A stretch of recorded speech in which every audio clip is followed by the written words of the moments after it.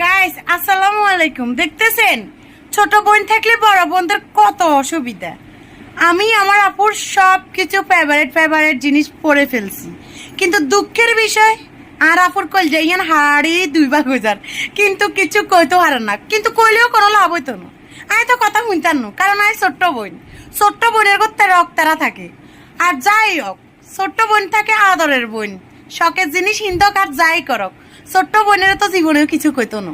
কিন্তু বুক যদিও হারি যায়, কিন্তু ছোট্ট বোনের সৌন্দর্য তো বড় বোনের সৌন্দর্য।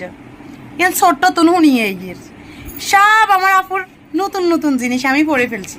তো গাছ আজকে আমার কেমন লাগে অবশ্যই কমেন্ট করে কইবেন, কিন্তু আনারা যদিও আমার মাথাতে ঘন্টা নাই, একটু পরে ঘন্টা আসবো।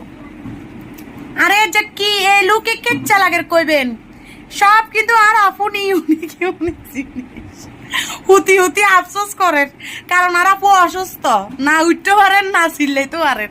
এই সুযোগটা কাজে লইয়া লাইছি হারিয়াই।